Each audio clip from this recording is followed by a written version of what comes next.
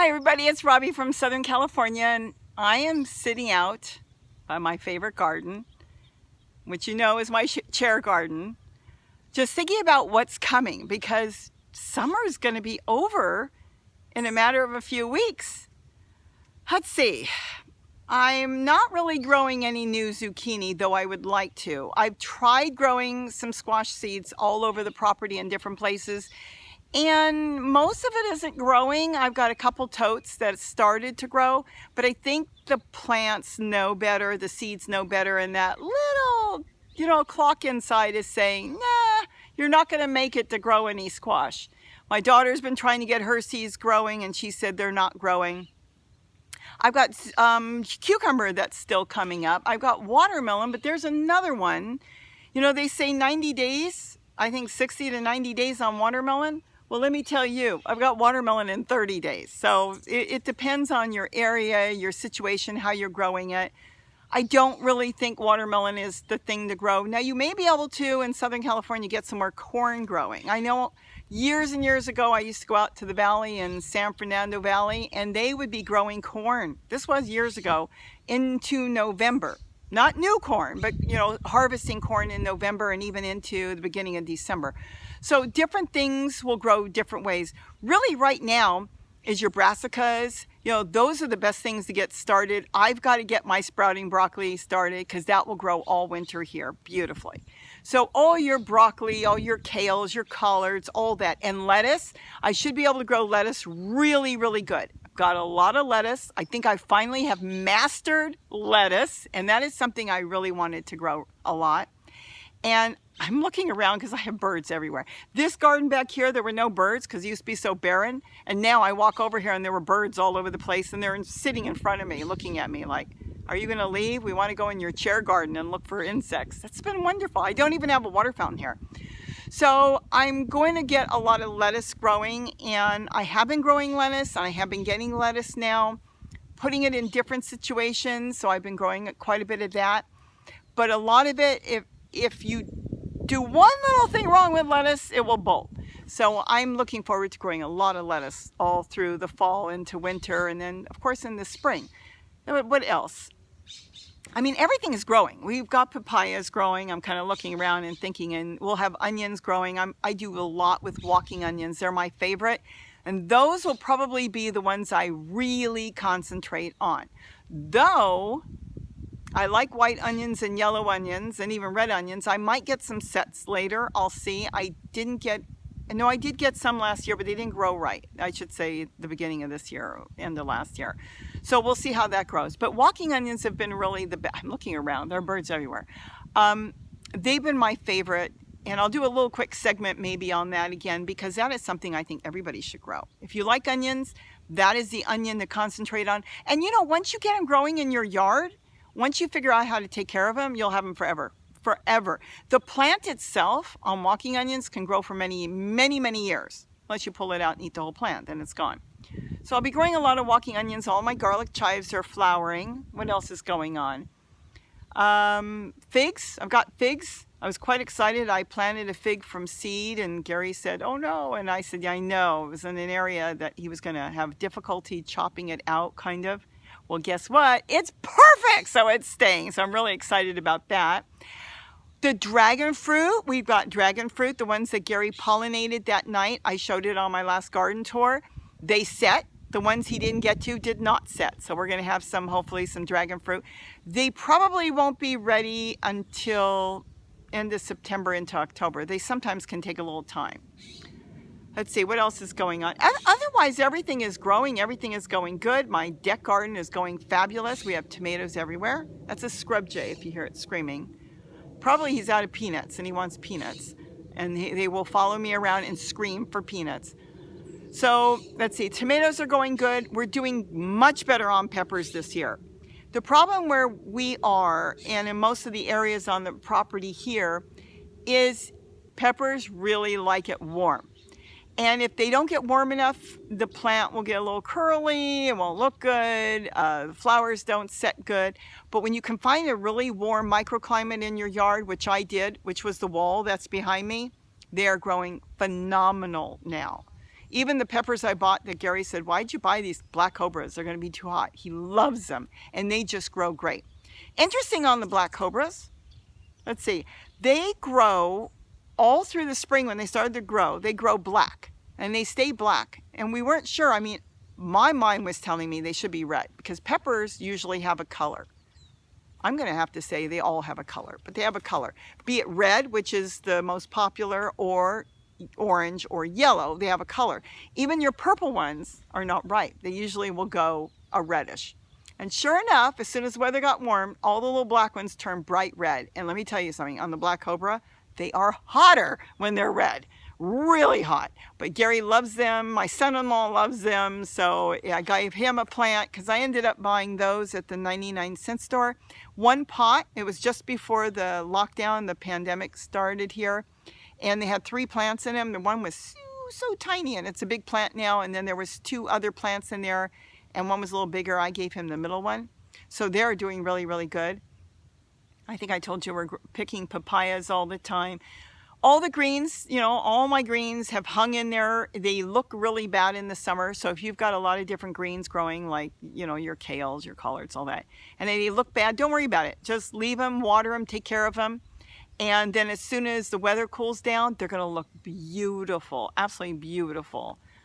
That's just the way it is. They don't like the warm weather, and they taste so sweet when the weather cools down. So I'm just maintaining them, and it doesn't matter when the leaves turn brown or yellow or whatever. It's compost for me. I grab them, and the plants absolutely, absolutely love the leaves from the kales, all the different brassicas. Let's see, the strawberries, I did not buy strawberry plants this year. And a friend of mine told me we have to pull them out and throw them away. He's supposed to be a big gardener. I didn't pull them out and throw them away. I replanted them. I've gotten a few little strawberries on them, and they're sending runners, so the runners will be valuable to me on those. And then your Seagates, whatever, those, they don't send runners. They multiply by dividing on the bottom, so I'll divide those as they grow. And what else is growing? As far as the squash, the zucchini, you know, they're still growing. I'm catering to the plants that are doing really good and looking good in hopes to still get zucchini all through into winter, and that's what my hopes are. New plants are going to be the tough one at this time of the year to grow. You still may be able to, but a lot of them here, I've got a couple behind me in the cardboard box that are growing. So those are growing, but even the truck bed, I noticed a lot of them are not really new plants growing back there. Now, my spaghetti squash and my daughter's spaghetti squash are done. Could I have forced them into growing longer? I don't know. I've got a few in the truck bed that are still growing, but they grew so many large squash that I think that's just it. They're just done. That is a hawk that you hear now. The place is just covered in birds. So banging you hear is they're building a house, and they're hammering all the time and working on it. So that just echoes through the canyon. So with the spaghetti squash, the ones that were full of, you know, fruit, I just sent a bunch to my granddaughter. They were huge. The plant literally finished. It was like, I did my thing. I survived. I made you big fruit and seeds, and the seeds will sit theoretically, nature, the fruit would sit on the ground all through winter, even if it was snow. And then in the spring, it would rot out, go into the ground, animals would eat it, and there would be new squash. So they were done. My delicatas are done. I do have a few still growing in the truck bed back there, but they're so seasonal, and those are storing a lot of, well, delicatas don't store as good as some of the others, but they're still storing vegetables. You can store zucchini too. If you store it too long, it turns into a gourd. How do I know that? Because I've got some. Let's see, what else is growing? Garlic chives will grow all year round. I'm trying to look around to see if I can remember. Malabar spinach loves it right now. It's hot, it's taking off, it's growing everywhere. So I can't even think of everything I'm growing. Half the time I forget, and then it's like, oh yeah, I've got that. I've got sweet potatoes are growing all over. Gary's ubes are taking off everywhere. It loves the hot weather. We have had heat waves, one after the other. And so here it went from cold in the winter, and then summer, I should say, it was cold in the summer. And now we're having heat waves, and his ubes, I think he's actually talking to me. It might be one of the baby Cooper hawks that are up there. And they were raised in the tree that I'm sitting by, and they know us. Do not kid yourself. they know us because I used to come out here and work, and they would sit there, the 4 babies, and watch me. And when I came out here, they used to come down to the truck bed, 2 of them, while I was working in the truck bed. It used to scare me. I thought they better not try to land on me because they got talons on them. But they would come down and sit there while I was working at the truck bed. And so now that I'm sitting out here, yeah, it's him. Now that I'm sitting out here, he's just greeting me, saying, "Haha, I'm here." And he's on his own. Let's see. So I forgot what I was talking about. But yeah, I really did forget what I was talking about. I got sidetracked by the birds. I always do. I've got hummingbirds all over. All in all, everything is going good. Like I said, the purple tree colors, I've seen, we're getting those in the ground finally. Can you believe it took all year to get them in the ground? We're almost done. Yes, I hear you. You're distracting me. Very demanding birds. All the birds here are demanding. Let's see, what else is growing? I never got to the wall. I was going to do the color-coordinated totes there. So I'll do that in the winter. But all in all, if you look behind me, okay, now you're starting to make me nervous. He's above my head. You hear him? Yes, I hear you. Yes. Yes. They talk to me. He hears me talking. He doesn't even hang around here. And then I'll be on the deck and he'll come to the deck. And let me tell you something, the hummingbirds do not like him by the deck. But now he hears me talking. And so, you know, here's something. I'm going to go ahead and talk about it. Something we didn't want to talk about. One of the baby hawks, something happened to him one day. When they first left the nest and the parents were leaving them to eat on their own. And I got my camera out. And that could be him. It could be him. I got my camera out and saw he had pulled his leg. And I was really upset. You could see his leg was hanging and it was injured. Now with a bird, when they hurt themselves, whether it's broke or just hurt, they don't use it at all. And he had it pulled and it looked terrible. And I told Gary, and he looked really hungry. So Gary got some traps around and he trapped some rats. And he showed the hawk. I was sitting out here and he showed the hawk where he put them, where they got in the snap trap. And he put him down, and that hawk would come all the time waiting for us, and he would put a rat down. He did this for, I think, about a week, and he would come down, and he couldn't use his one leg, and he would come down and grab the dead rat, because I told Gary, I don't know if he'll take dead food from us, because he don't know us, but they will from Mom and Dad. Sure enough, he did, and he would come down, and he would take the rat that Gary caught, and he would go back up into the tree, and hold it and pull on it and eat it. Sometimes he ate it right on the ground behind me here. And then he disappeared. He disappeared. We didn't see him. And then they started coming back, and we're presuming that, thank goodness, it wasn't a break. He probably hurt it real bad and managed to get the leg to function again. And now he's back on his own. So that's the story with the hawk. So that's probably him. He's grateful, or he's looking for me to give him a handout, which I'm not. So I don't know, they follow me around. So what else is going on here? Celery all over the property. Once you get celery growing, if you're in an area that celery likes it, you're going to have celery all the time. And the moringas are growing really good. Eggplant is starting to take off now. I had the eggplant back there on the wall. I don't know if you can see it. There, let me see if I can point to it. Right there. Something happened to it. And it got really, really bad. It turned all yellow, the plant, and the leaves were falling off. And it had it wasn't powdery mildew. It was more like, I'm looking at hundreds. Oh, he is flying around bothering. Yes, it is the Cooper hawk. He is flying around tormenting everybody. And they eat mainly squirrels. So they haven't really bothered the birds. Hopefully they won't. But anyways, the plant had like a, what am I trying to think of? It wasn't powdery mildew. It was white. Oh, I know, it's on the tip of my tongue and I can't even think what it is. But anyways, it was growing this other stuff on it. It didn't look good. And I decided to blast it. I trimmed off all the yellow's eggplant. You can probably almost see it back there. I trimmed off all the yellow eggplant and I started taking the hose every night and blasting it as hard as I could, the plant. Just blasting it with water, and it lost almost all its leaves and looked terrible, and now it came back green. So it's really happy and full of purple fruit already. So that's really good. Now I've done that with tomato plants.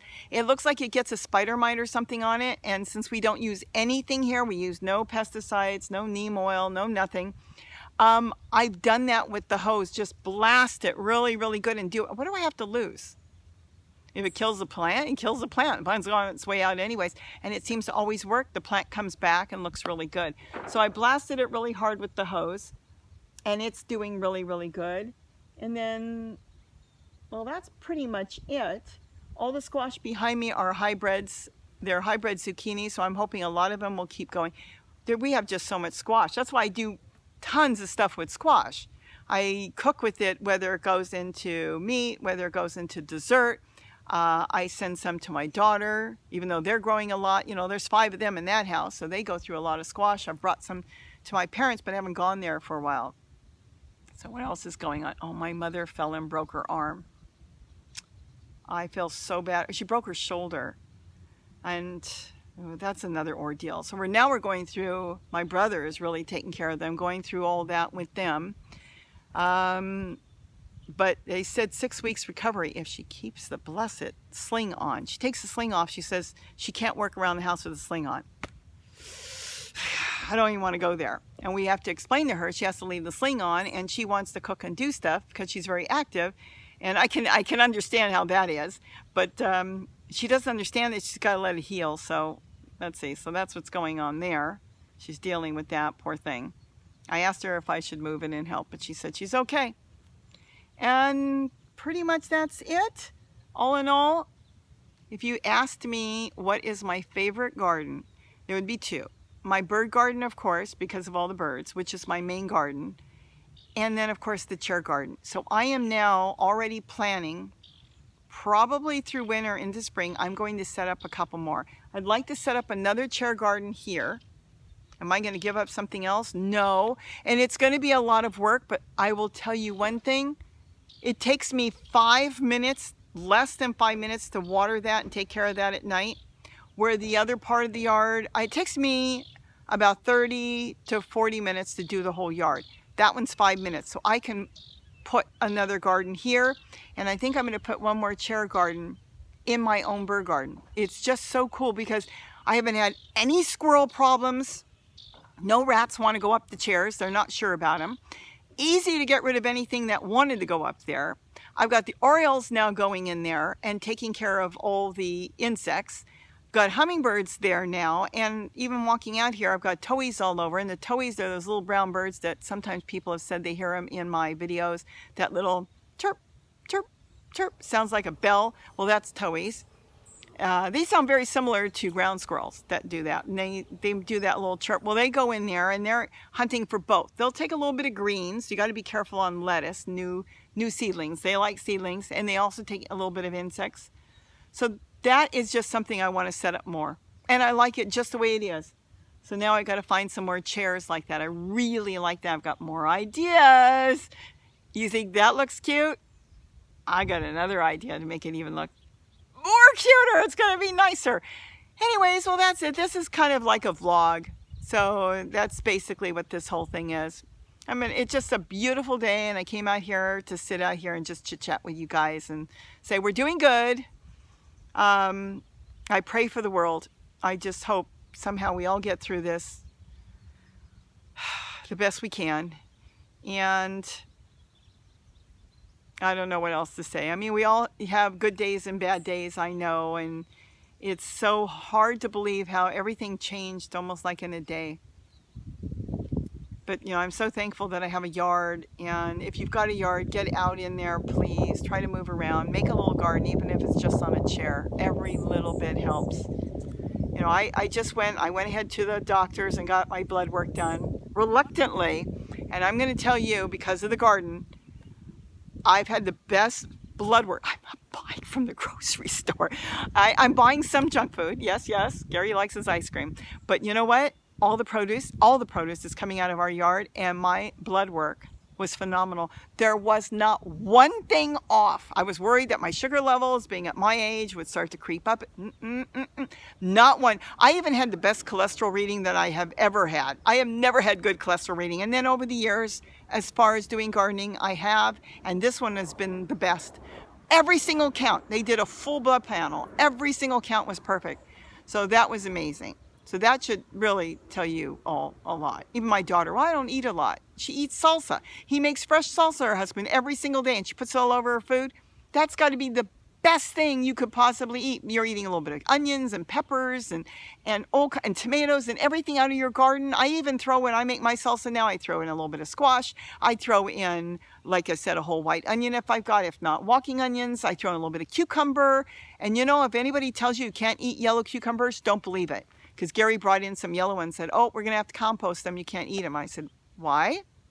I come from a pickle family. My dad used to take me to the pickle farm, the farm all the time. I grew up on a pickle farm, basically. And I said, why can't you eat them? He said, oh, I saw a YouTube video. It said, you can't eat yellow cucumbers. So I sliced it open, and it was sweet like sugar. He couldn't believe it. All of them have been. They just get, different things causes them to go yellow, but if they don't taste bad, they're fine. And peel them. If sometimes the skin's too hard, you can peel them. So I think I've talked enough. This is just a vlog. I'm watching all the birds scoot around, and this is so pretty. And I'll have to do a nature walk soon. And the Cooper hawk is gone. He said his hello. And it could be just he's coming by and he's thanking us that, you know, he had a tough time and Gary helped him out, and now he's on his own and probably come back here and raise a family like his parents did. So with that, stay safe. Try to get something growing.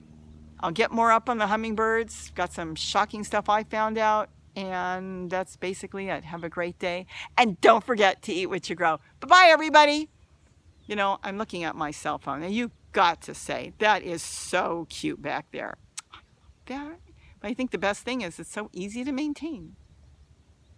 So much better than those big gardens you buy that are plastic and you set up. We'll get into that too.